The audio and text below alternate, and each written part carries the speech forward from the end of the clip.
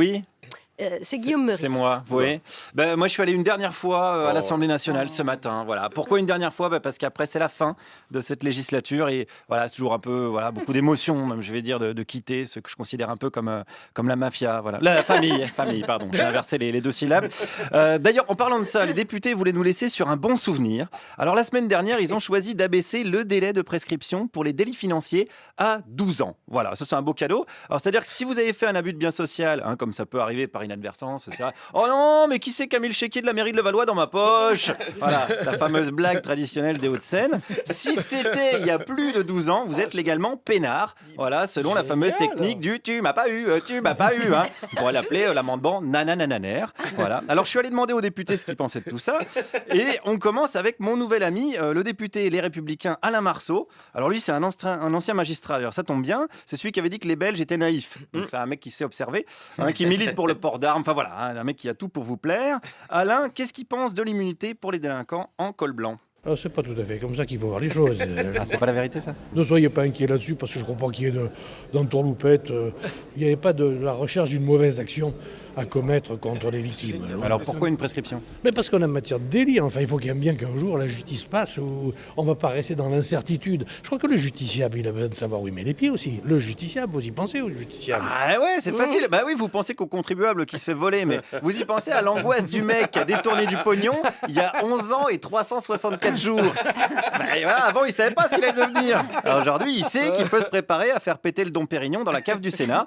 On avance vers toujours plus de justice. Merci les députés et merci donc à Alain Marceau. Cherchez pas, je sais bien que vous cherchez toujours la petite bête, mais je crois que les intérêts de tout le monde sont préservés et c'est finalement peut-être le meilleur moyen de mettre en place une véritable stabilité judiciaire. On a l'impression que vous pensez plutôt aux intérêts des coupables, c'est pour ça? Ça vous ferait plaisir, mais parce que vous avez un très mauvais esprit. Vous êtes le mec qui a le plus mauvais esprit que je connaisse. Oh putain, et le gars, attendez, est-ce que le gars côtoie tous les jours Éric Ciotti, Christian Estrosi? Je suis sûr qu'il a déjà bouffé avec Morano. Hein. Autant dire, c'est la Ligue des champions du bon esprit, évidemment.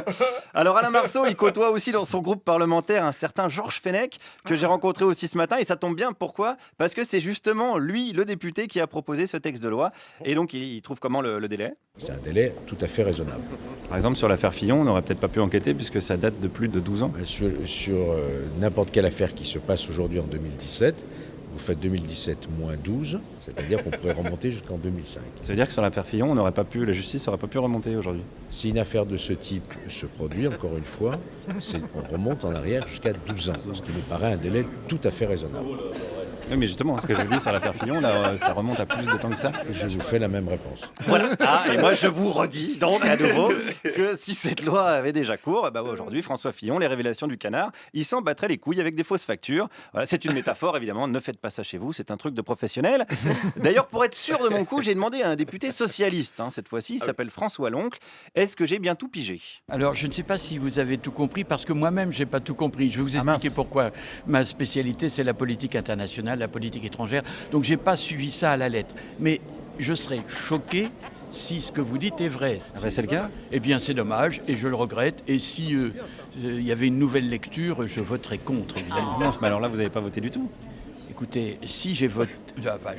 peut-être pas, d'ailleurs. Bon, mais vous savez très bien... Alors là, vous savez plus. Contrairement... Non, le problème n'est pas... Je vais évidemment regarder où on en est.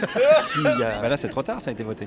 Eh bien, je le regrette. Et nous donc, dit François, alors, c'est comme si j'arrivais à l'émission à 18h en vous disant ah bon, j'ai pas fait ma chronique? Oh bah merde alors, je vais voir, je vais me renseigner. Si vous avez raison, je serai pas content. Attention, je gueulerai. Alors bon, on critique. Alors attention, évidemment, c'est pas facile d'être député non plus. Moi, j'ai voulu me mettre à la place d'un député en proposant une loi de finances toute simple, que le salaire d'un député soit indexé sur le revenu médian des Français. C'est simple comme proposition. Alors médian, c'est-à-dire qu'il y a autant de gens qui gagnent plus que de gens qui gagnent moins. En France, c'est environ 1 700 €. Alors pourquoi j'ai pas pris le salaire moyen? Parce que la moyenne, ça veut pas dire grand-chose. Par exemple, si on prend la moyenne des salaires d'André Manoukian et de notre stagiaire, on doit être pas loin de 18 000 €. Voilà. Alors ça va baisser parce que le grand journal va s'arrêter, mais on doit être à peu près à ça. Donc revenu médian des Français corrélé à l'indemnité des députés. J'ai fait cette proposition à François Loncle. Oui, franchement, oui. Ça n'a pas l'air de vous emballer plus que ça. Non, franchement, c'est le domaine bon, pourquoi pas, du rêve, de l'utopie, mais ça ne fait pas avancer du tout le schmilblick. Mais symboliquement, ça serait... Non, il ne faut pas faire de démagogie, surtout pas. Les politiques ne font jamais de démagogie, par exemple? Alors on fait de l'électoralisme c'est pas la même chose. C'est pas la même chose. Eh oui, mais je connais pas bien les nuances, ouais, c'est pour ça. Alors ceci dit, ma proposition, elle peut plaire aux électeurs. Hein. Si quelqu'un veut bien lancer une pétition, ça peut assez vite se vérifier. Et pour conclure, tiens, retournons voir Alain Marceau. Qu'est-ce qu'il en pense de ma proposition de loi? Oui, on peut payer les députés 1700 euros. Je propose même mieux que ça. Je propose que l'on fasse payer les députés pour devenir députés. Je crois que ça sera encore une meilleure solution. Vous dites absolument n'importe quoi, mais après tout, vous faites dans la démagogie. C'est votre Pourquoi droit ça le plus serait pas absolu. mal, ça? Mais arrêtez vos conneries. Voilà, donc ma proposition est une connerie, mais l'impunité pour les délits financiers est tout à fait raisonnable. Voilà, c'était Guillaume Meurice en direct d'un monde parallèle qu'on appelle l'Assemblée nationale. Merci Guillaume.